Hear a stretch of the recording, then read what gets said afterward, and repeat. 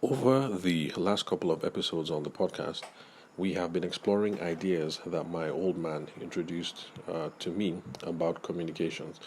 The first one, chiefly, being that communications is a cyclical process and is not linear. So there's a feedback loop that goes from me to the person I'm sending the message to, and depending on the cues that I get back or the lack of cues that I receive, I now know whether my message, my effort at communicating, and I'll know whether it was effective or not, and if I have to go back to the drawing board and then begin the whole process over again. And it was a good thing that my old man put me through on some of these things. He was a journalist, and his background actually was radio journalism. And so he happened to be taught a lot about these sorts of things.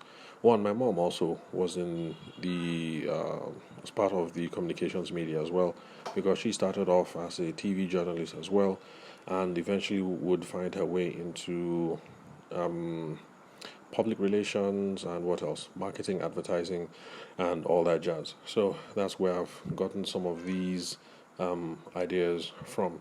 Now, it's useful that I was exposed to some of these things from an early age because they parlay well into business, and also because for those of us who grew up in the Nigerian educational system, we get a very narrow, straitjacket idea about what some of these processes involve.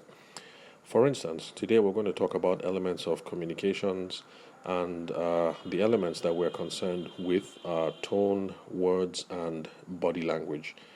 Now, for those of us who grew up in the Nigerian academic context, as far as we were taught or we are concerned, first of all, communications is a linear process. So it's you try to be as clear as possible, send the message, and then it's done.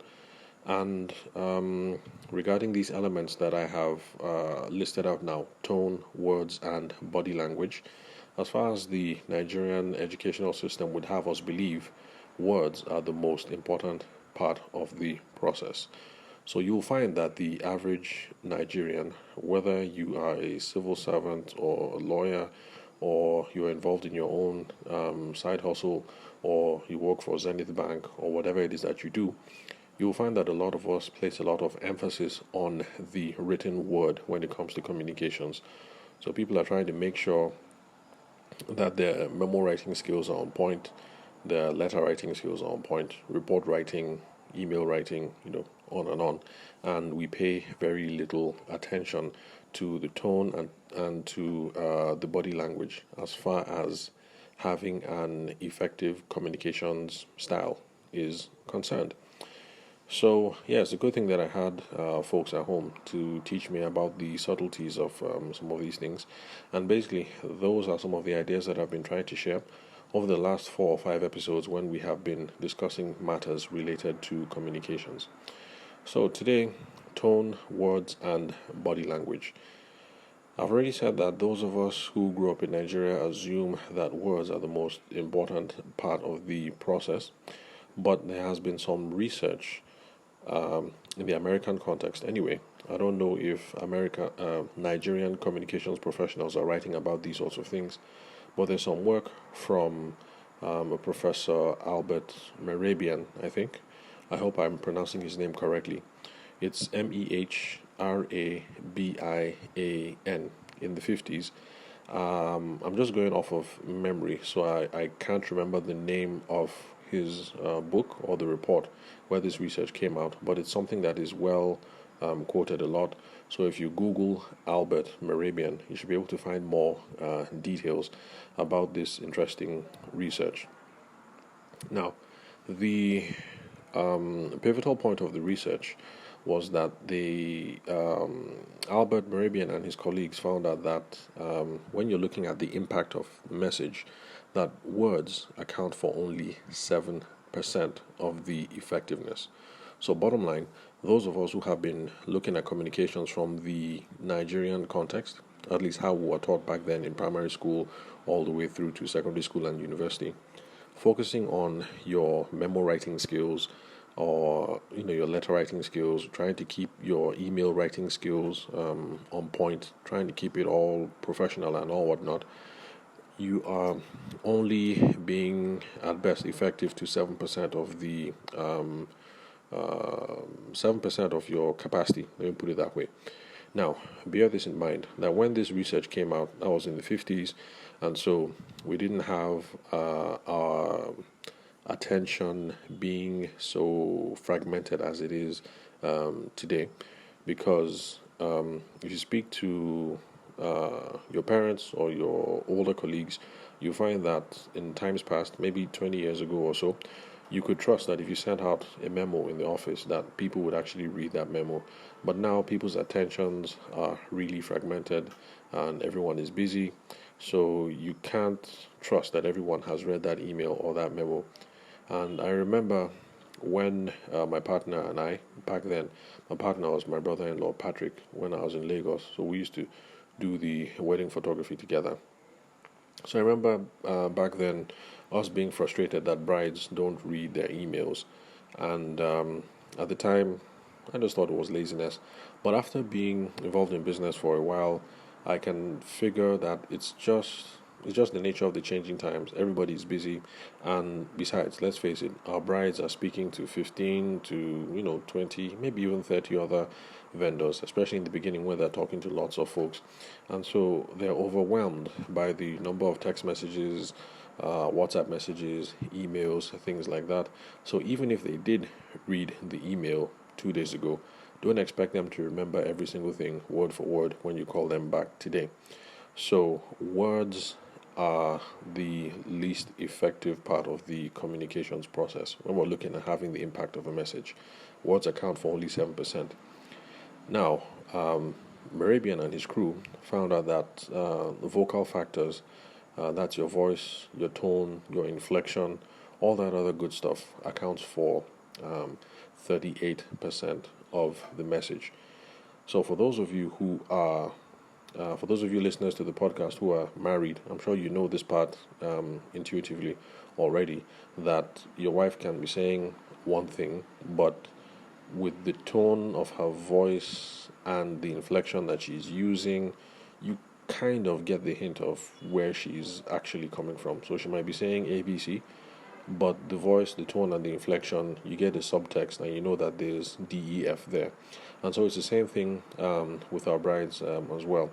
So you could be speaking to the bride, and you ask the question that, okay, so if this is my understanding of the whole process, this is what you want for the plan, this is your vision, and so in planning your wedding, we're going to try and achieve ABC. Is that correct? So your bride might say, yes, you are absolutely correct. That's what she might be saying. But if her inflection is more like, yes, that is correct, then I'm sure you know that since that yes was a little hesitant, you know that you have to press some more, go back to the beginning if you're a wedding planner, to be sure that you actually did understand what her ideal vision for the day is going to be.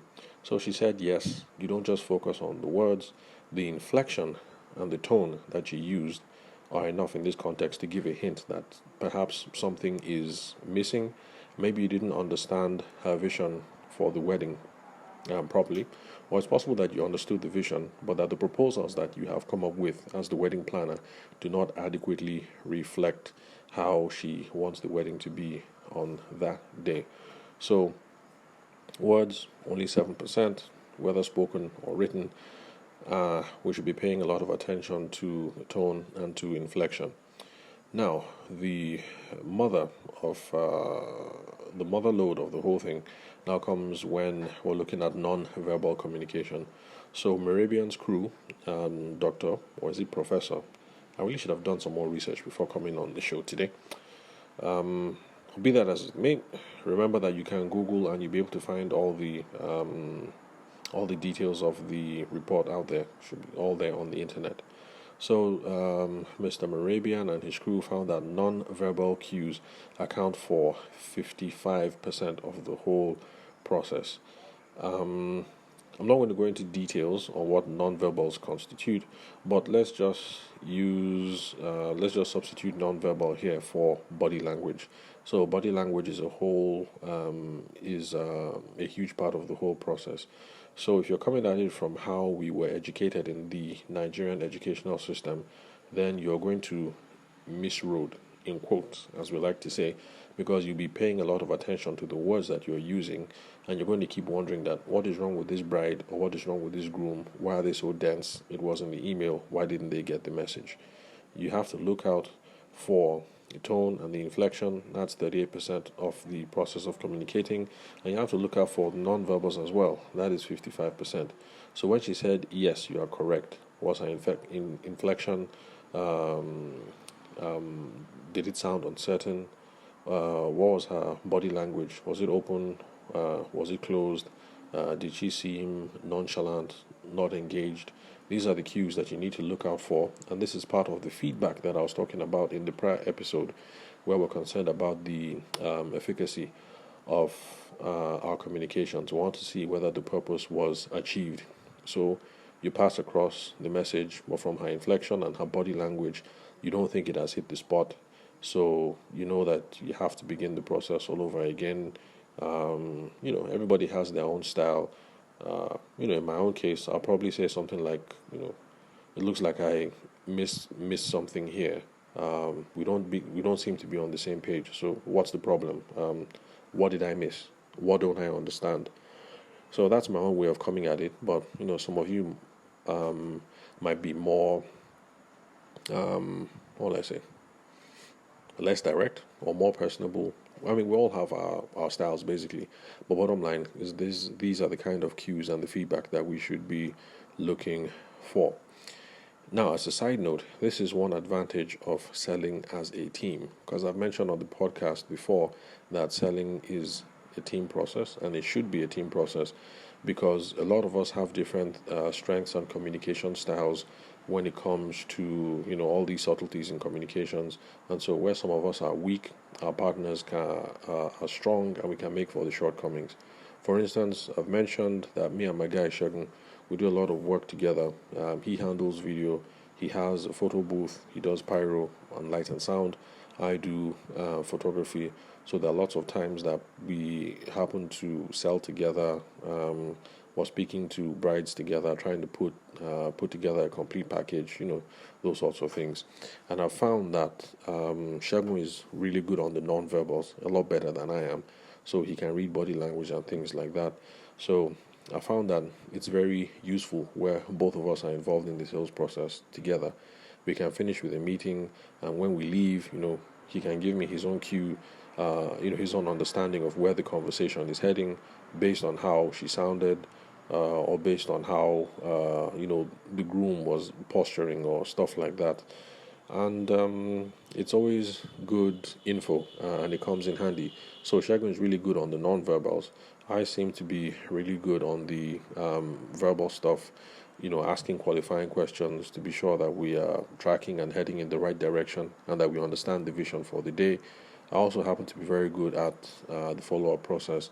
So whenever Shagun and I are selling as a team, we have a whole lot of these covered. So when it comes to qualifying, making sure that we are on track in the sales process and on follow-up, I'm strong there. And then when it comes to getting the non-verbal cues, especially the what will I say? Should I say cultural cues? If I can put it that way, he's good on picking up on that kind of stuff. So team selling, it's a good idea.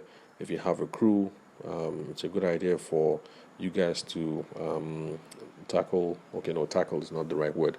To handle some selling. To handle some selling conversations together so that each of you can make up for your shortcomings. So, with that, I will bring today's session to a close so I don't run past the 15-minute mark.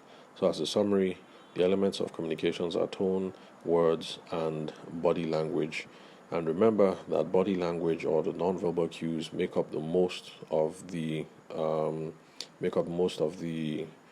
communications process. So a lot of the feedback that we're looking for is in the non-verbal aspect, and that also means that we also have to be careful about our own non-verbals as well when we are communicating, because we could be using words that make us try to sound upbeat and engage and stuff like that, But if our non-verbals show that we are lax or that we can't be bothered, then we're not going to have any effective communication going on there.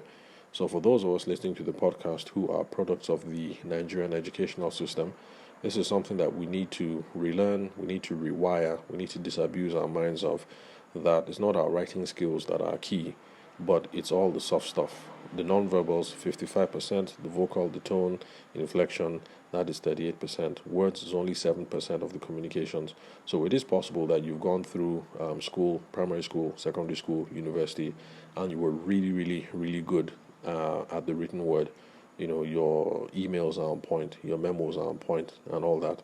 It doesn't necessarily mean that you're going to try and is going to lead up to a sale at the end of the day. So, thank you very much for listening to the Sales for the Nigerian Wedding Industry podcast. I'm your host, Abuja-based event and wedding photographer, and I'll catch you guys at the next recording.